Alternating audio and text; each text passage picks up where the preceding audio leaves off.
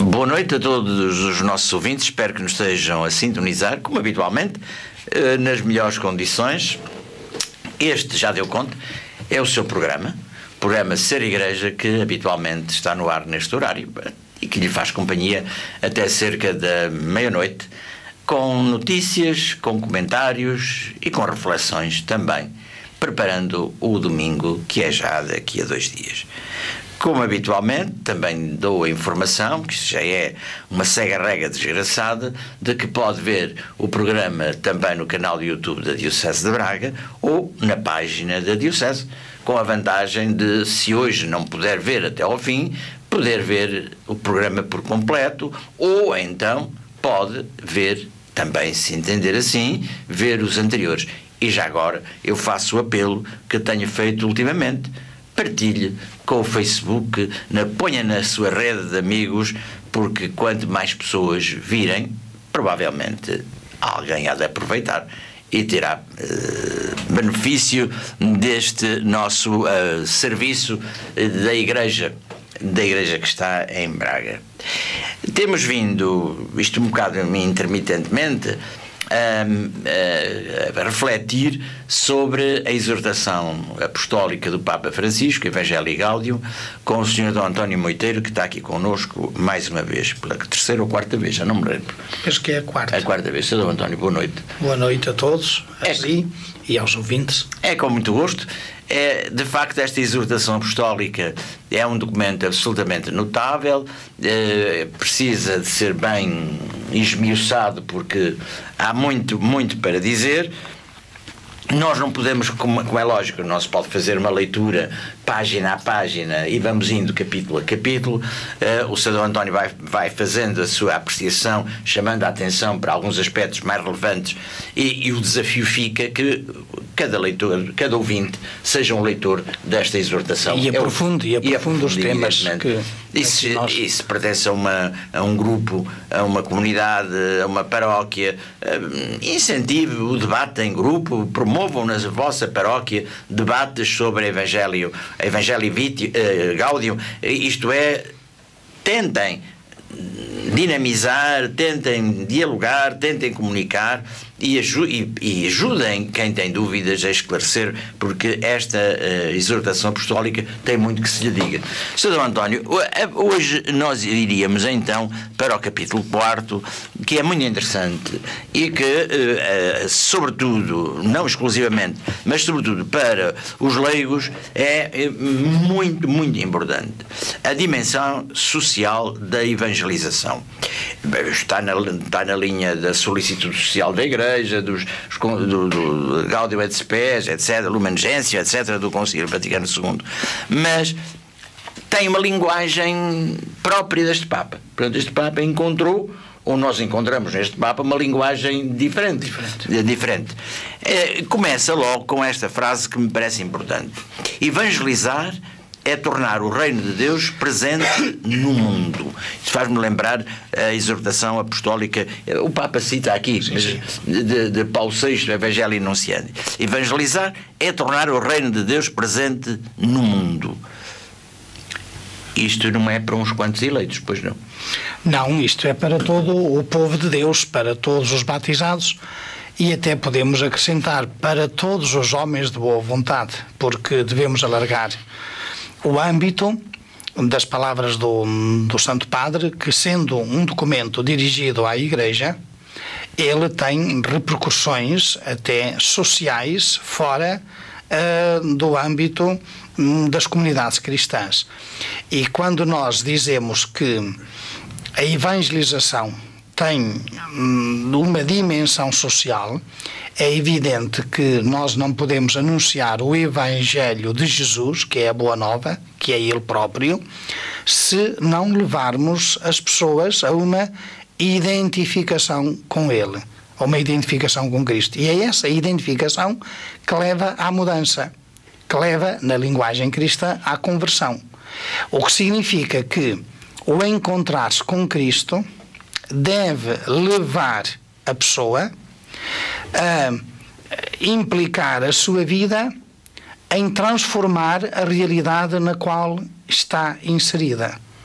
Por isso é que nós podemos dizer que a evangelização tem repercussões sociais, porque pensar um cristão apenas no âmbito restrito das paredes de um templo significa que nós não estamos a anunciar o Evangelho na vida de cada dia, na vida das pessoas, porque a prática cristã é apenas uma das dimensões da fé.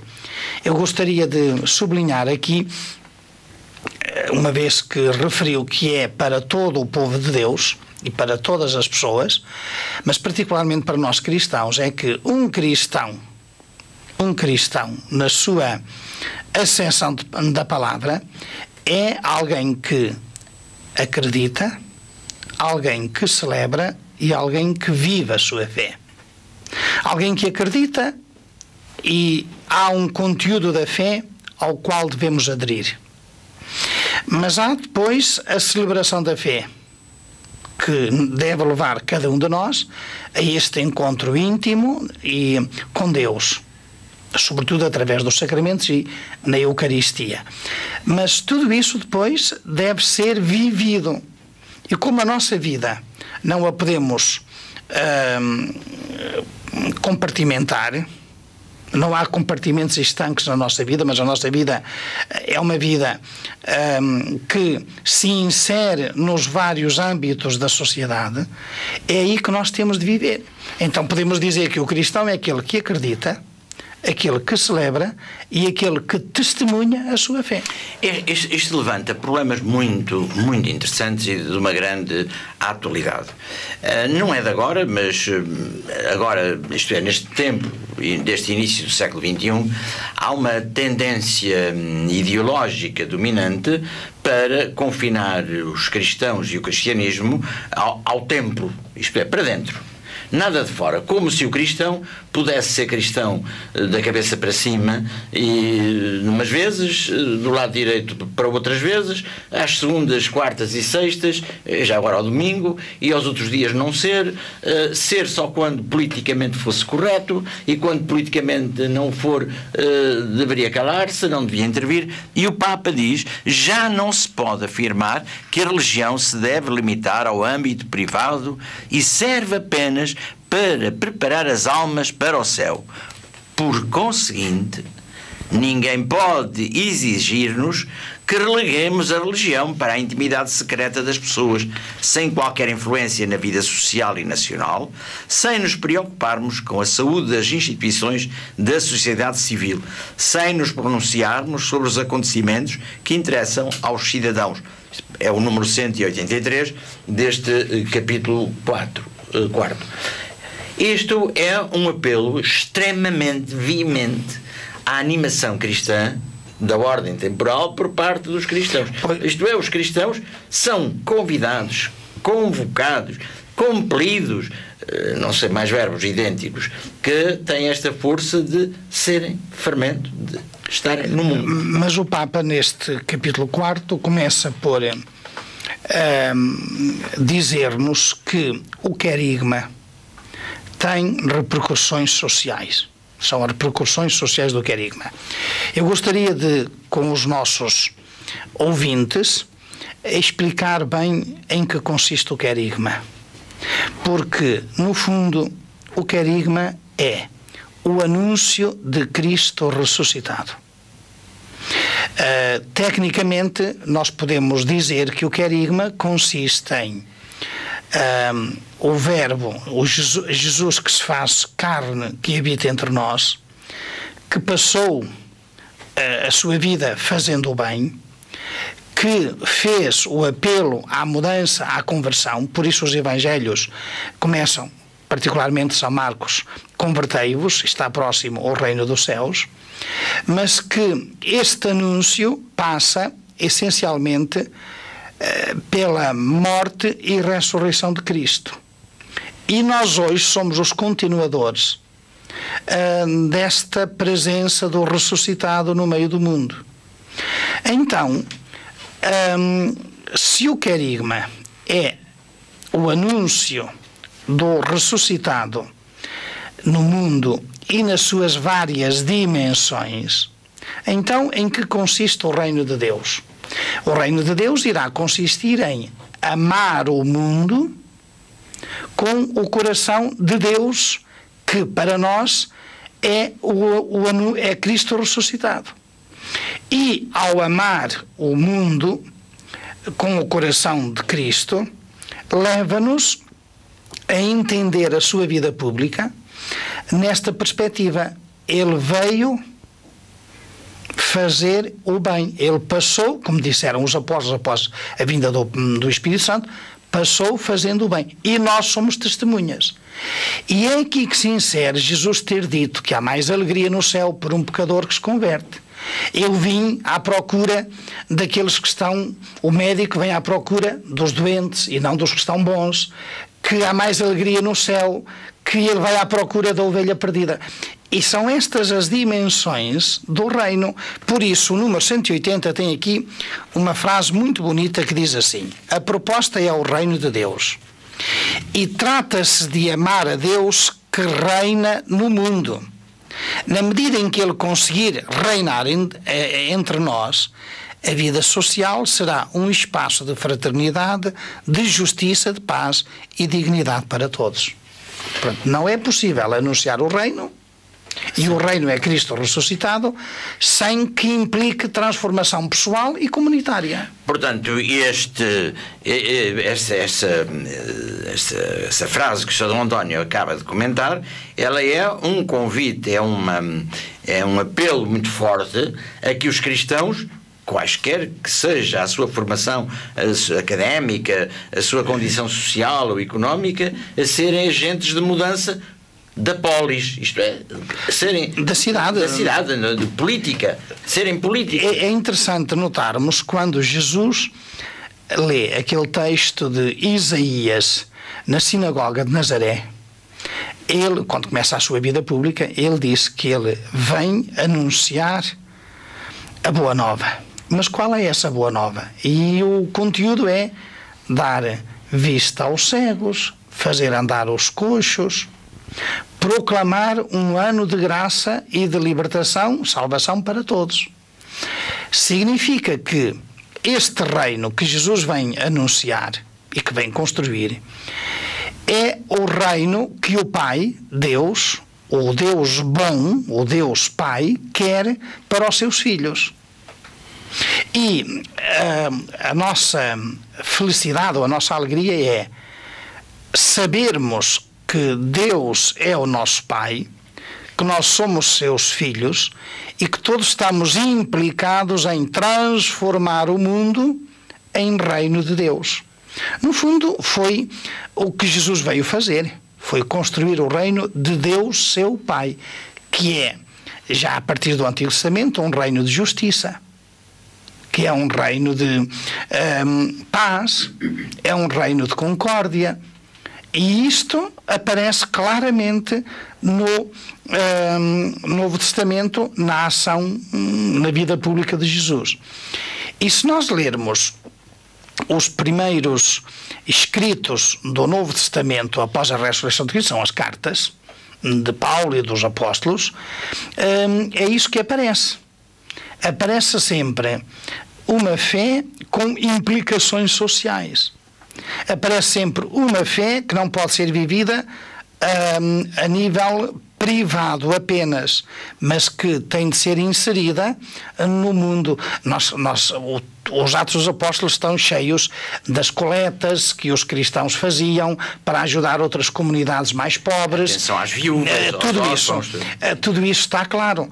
E quando o Papa fala nesta dimensão social da evangelização, ele está a chamar a atenção que nós não podemos anunciar Cristo ressuscitado sem nos preocuparmos com as pessoas e as pessoas das situações em que se encontram.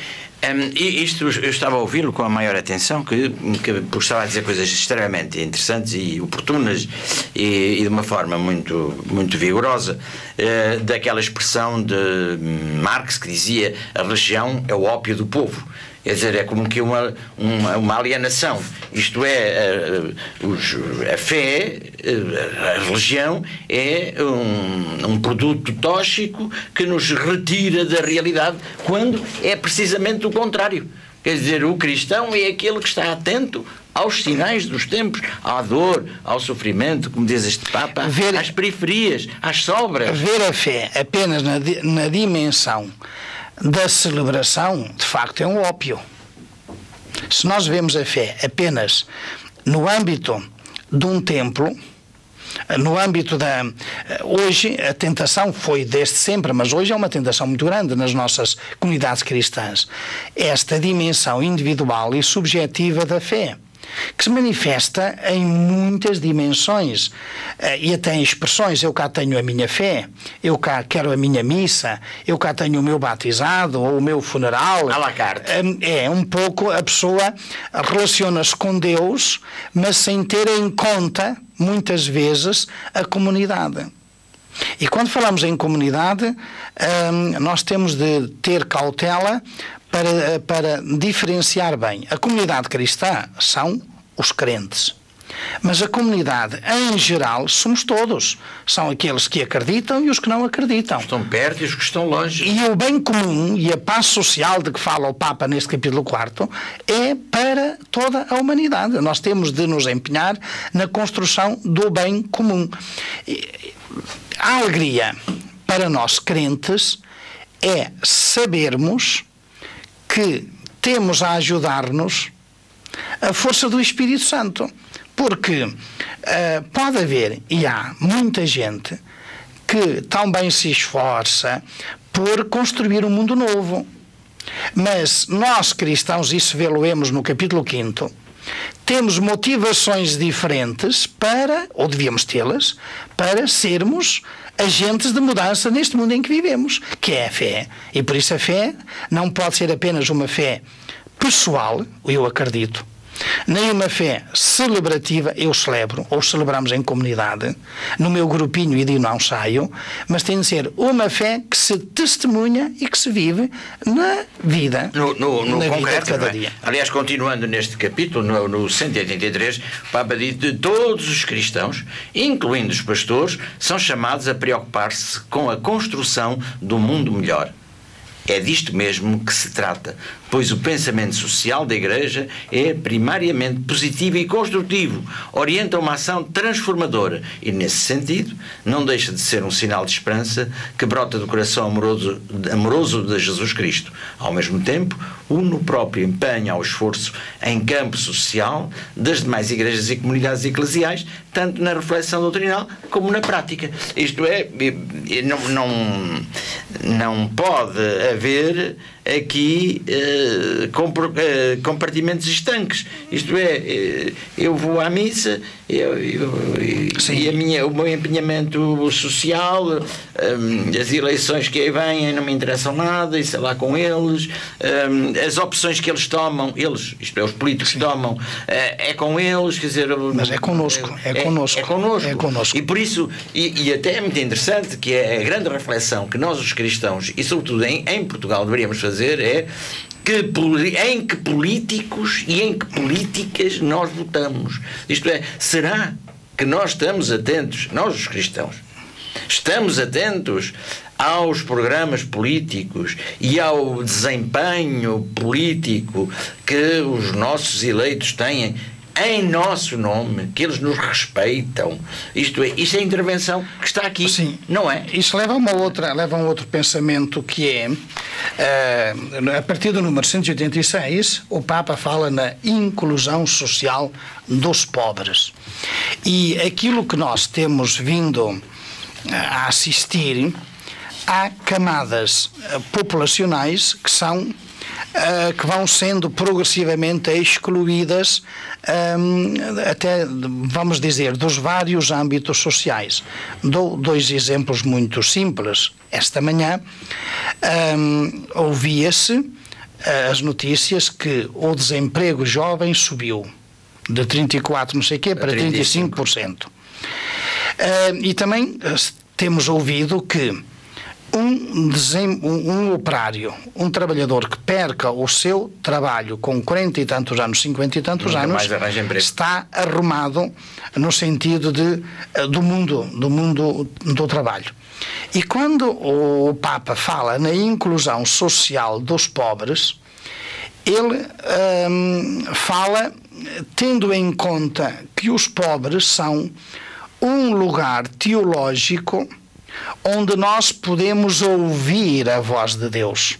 Quando falamos no lugar teológico dos pobres, queremos significar que aí está Deus presente. E quase que podemos dizer de um modo privilegiado.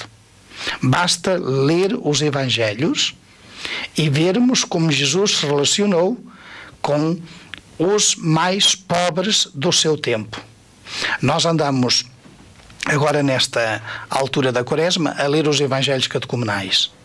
O que era uma samaritana aos olhos de um judeu? Era uma pessoa, podemos dizer, segregada. O que era um cego de nascença na sociedade judaica? Era alguém que era proscrito da própria sociedade. E agora vamos ver no próximo domingo a ressurreição de Lázaro. Então, nós vemos claramente no Evangelho uma opção de Jesus por todos. Jesus vem salvar toda a humanidade, todos e cada um dos seres humanos. Mas, quase que podemos dizer, como no coração de um pai, se há algum lugar especial, é para o filho mais difícil, para o filho com mais dificuldades, ou o filho até mais doente. O mesmo acontece também no Evangelho. Isso deu origem a uma polémica muito grande aqui há uns anos, que era a opção pelos pobres, e que depois a Igreja teve que introduzir um advérbio de modo opção preferencial, não é? Isto é, Deus tem opção por toda a gente, mas há uma opção preferencial pelos mais pobres. E o Papa chama a atenção, e de uma forma muito dura. Mas é verdade que isso devemos vê-lo no campo económico, mas também o devemos ver no campo até, deixem passar a expressão, individual. Se eu não me sentir pobre, isto é, carenciado de salvação, eu nunca aceitarei Deus na minha vida. E é interessante que na prática pastoral, não deveria ser assim, mas na prática pastoral nós vemos conversões, mudanças de vida em momentos de crise. Todos nós temos esta experiência de pais que, após a morte dos filhos, por exemplo, de acidente, se colocam muito seriamente a questão da fé. Porquê? Porque há como que uma pobreza interior a qual precisa de ser preenchida para nós pela presença de Deus, que é a presença da fé. E esta questão da pobreza não é apenas uma pobreza, não devemos vê-la apenas do ponto de vista económico, pobreza, carência, mas devemos ver pobreza como ausência. E aí sim há uma distinção muito grande, porque nós podemos dizer que a ausência não é virtude nenhuma, no sentido, eu não tenho para gastar, não posso, isso não é virtude nenhuma. Mas a virtude é quando eu sou capaz, na pobreza, de partilhar, renunciar para partilhar. E nós temos de criar este dinamismo pessoal e depois comunitário. É a mesma coisa das paróquias. Se uma paróquia está habituada a partilhar, partilha. Se uma paróquia é egoísta, não partilha. É evidente. Mas isto acontece connosco. Eu acho que é muito interessante pensar até na mudança do conceito de pobreza. Até ao fim, quase até ao fim do século XX, nós dizíamos o singular, a pobreza, é preciso combater a pobreza. E tínhamos como referência quem não tinha de comer, de vestir, onde morar. E passou a designar-se no plural. As várias pobrezas então, que existem. Os teólogos, os sociólogos, cristãos ou não, começaram a elencar um conjunto de... Várias pobrezas. Por exemplo, a ausência eu ia dizer, de educação no sentido de conhecimentos.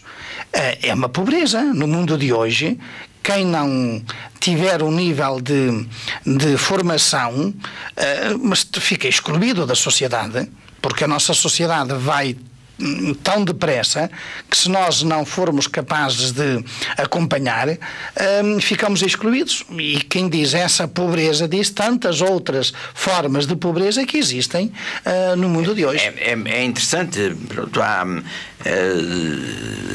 Aqui o Papa também no número 190, tudo isto é belíssimo, portanto temos que passar um bocado assim por cima. No 196, por exemplo, às vezes, estou a ler, às vezes somos duros de coração e de mente, esquecemos-nos, entretemos-nos, extasiamos-nos com imensas possibilidades de consumo e de distração que esta sociedade oferece. Gera-se assim uma espécie de alienação que nos afeta a todos, pois alienada é a sociedade que, nas suas formas de organização social, de produção e de consumo, torna mais difícil a realização deste dom e a constituição dessa solidariedade interhumana. E cita o João Paulo II na centésimos anos. Pronto, isto não é novo, esta sensibilidade, não é? Sim, a sensibilidade e dita de forma veemente. Que brota como exigência do Evangelho. Isto nós temos de o ver sempre nesta perspectiva. O Evangelho tem exigências sociais que devem ser vividas por cada um dos que se dizem discípulos de Jesus. Por isso é que o Papa, no final deste capítulo, apresenta cuidar a fragilidade. Quando se fala nos pobres, nos frágeis, devemos cuidar a fragilidade. E quando o Papa fala no cuidar a fragilidade, ele diz-nos que há aqui várias fragilidades da nossa sociedade. Ele apresenta as várias formas de tráfico, tráfico dos seres humanos, depois apresenta as mulheres que padecem situações de exclusão, maus tratos e violência. Aparecem também os nascituros, os mais inermes e inocentes de todos, a quem hoje se quer negar a dignidade humana. Fala também dos toxicodependentes, dos refugiados. São um conjunto, e depois no fim fala nos atentados contra a própria criação. Já é uma linguagem ecológica. Sim, não é? já. São estas fragilidades que estão presentes na nossa sociedade e às quais nós, como cristãos, e a Igreja, enquanto construtora do reino de Deus, devemos estar atentos e devemos lutar e esforçar-nos para que estas fragilidades sejam atenuadas. O Sr. D. António chamou a atenção para um verbo que é muito interessante e que não foi usado de certeza ao acaso pelo Papa, que o Sr. D. António pegou há bocadinho. Quando o Papa diz: entre estes seres frágeis de que a Igreja quer cuidar com predileção. O verbo cuidar aqui não é tratar, despachar, satisfazer a fome ou o frio, mas é muito mais do que isso. O cuidar ao empregarmos o verbo cuidar, vem logo à nossa mente o carinho, a atenção, o estar disponível, porque isso o também estar pode presente, revelar formas de pobreza. Isso é o cuidar, não é? O cuidar é isto. Quando nós falamos cuidar de um doente, o que é que nós queremos dizer com isto? Não é dar-lhe remédios só. Claro, e quando nós dizemos cuidar de uma criança, ou cuidar à amizade, não é só o encontro com um amigo, mas há tantas formas de cuidar essa relação. De facto, quando o Papa fala no cuidar da criação, está nessa linha, todas estas dimensões. Eu acho que o Papa, e nesta exortação apostólica, tem sido muito mal lido. Tem sido lido assim, só algumas frases tiradas do contexto. E continuando neste capítulo, no 215, quando ele diz: há outros seres frágeis e indefesos que muitas vezes ficam à mercê dos interesses económicos ou de um uso indiscriminado. Refirma ao conjunto da criação. Nós, os seres humanos, não somos meramente beneficiários, mas guardiões das outras criaturas. Isto é, o Papa vai muito mais além do que era ou do que é habitual de tratar dos frágeis, das pessoas com deficiência, das pessoas que não têm que comer, que não têm que vestir, que não têm casa. Estas fragilidades ele abrange, no fundo, toda a criação. Quer dizer, esta atenção... Sim. Esta atenção à obra criada, à obra da criação, que tem a sua, eu ia dizer, o seu aperfeiçoamento, quando no livro do Gênesis nos é dito: crescei e multiplicai-vos e aperfeiçoai. Que é isso que nós temos de fazer, é aperfeiçoar a criação. Mas há um outro elemento que era bom não terminarmos o programa sem o falar neste capítulo 4, é quando o Papa fala no bem comum e na paz social, a partir do número 217. Em que mas deixa-me só ir atrás um bocadinho, que é o 216, que é muito pequenino, não é? E que talvez ajude a compreender aquilo que queria dizer a partir do 217. Pequenos mas fortes no amor, como São Francisco de Assis, todos nós, cristãos, somos chamados a cuidar da fragilidade do povo e do mundo em que vivemos. Isto como que termina a primeira parte da nossa conversa. Sim. E antes de terminar... Sim, é quando o Papa fala no bem comum e na paz social, ele apresenta aí que mas podem ser aplicadas aos vários âmbitos da nossa sociedade. 4 regras que ajudam a construir o bem comum, a paz social, eu quase que me atrevo a dizer, ajudam a construir a família, ajudam a construir as nossas comunidades, em que há 4 regras. A primeira é: o tempo é superior ao espaço. E eu, quando falo no tempo superior ao espaço, costumo dizer: o espaço são as atividades, é o fazer, enquanto que o tempo é o ser. Depois o Papa apresenta uma outra norma, que é: a unidade prevalece sobre o conflito. O conflito traz divisão, a unidade traz comunhão. A terceira regra, o Papa disse que a realidade é mais importante que a ideia. A ideia são os sonhos, que são importantes, mas se não se concretizarem na vida, a realidade não tem sequência, na própria acaba vida. por morrer. É uma utopia. E depois a última, que é muito interessante, que nós devíamos ter muito presente: o todo é superior à parte. O todo é superior à parte. Quando falamos no bem comum, na paz social, isso está em primeiro lugar. Primeiro que os nossos interesses, primeiro que até os interesses de classe, de indivíduos, de grupos, o todo é superior à parte. E por isso é que o Papa disse que sem estas 4 regras nós não construímos nem o bem comum, nem a paz social. Sr. António, basta olhar à nossa realidade social e política deste país, neste momento, como a parte prevalece sobre o todo. E há um desinteresse de resolver o problema que é de todos e que está acima das partes, mas em enfatizar as partes. De facto, este é um discurso para políticos, não é? Mas para políticos na verdadeira acessão da palavra, porque políticos é o bem comum. A política está ao serviço do bem comum. E estas normas ajudam-nos a entender a política como uma vocação nobre do ser humano, que é colocar-se ao serviço do bem comum. Eu nunca sei quem é o autor, ou é Pio XI ou Pio XII, portanto o que vou dizer é de um destes papas. Dizia que a política, quando bem entendida, é a mais perfeita forma de caridade. O Pio XI ou Pio XII, não sei dizer. E é verdade, porque é o serviço desinteressado à comunidade, é o serviço à polis. não é?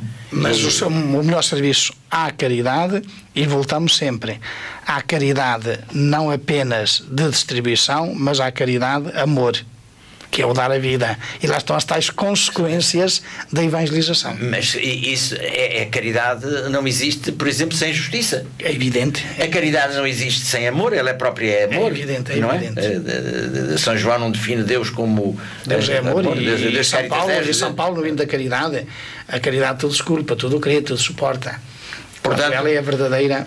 Sr. D. António, temos que continuar com Evangelho e Gáudio. Mas já só falta o último capítulo, que é o 5º. Porque são as tais motivações pelas quais nós devemos trabalhar na construção do Reino de Deus. E isto fica aqui o apelo. Os ouvintes que nos estão a ouvir, peguem neste documento, reúnam-se 2 ou 3, leiam, comentem. Ouviram o Sr. D. António falar, já é pela 4ª vez, sobre este documento. Ou reouçam, se assim se pode dizer, ou revejam o que o Sr. D. António disse, peguem no documento, compaginem com o que foi aqui explicado de uma forma muito clara, muito interessante, e vamos ser construtores de um mundo novo, não é? Como dizia Paulo VI em Fátima, homens, sede homens. Não é? E o homem cristão é um homem todo, não é um homem só assim aos bocados. E que o Papa Paulo VI depois na ONU tinha dito que a Igreja é perita em humanidade. E já que estamos a citar papas, João Paulo II dizia, não é? O caminho da Igreja é o homem. Portanto, Sr. D. António, muito obrigado mais uma vez, e brevemente a gente há de cá voltar. Não tem sido com aquele ritmo que era desejável, mas há acontecimentos da vida da Igreja diocesana que às vezes tem de ser, porque senão que tem prioridade. Não, eu não digo prioridade, é que perdem a oportunidade. E este comentário, esta exortação apostólica não perde a atualidade, ela mantém o frescor do início do dia 24 de novembro de 2013, quando foi publicado. Muito obrigado. Boa noite.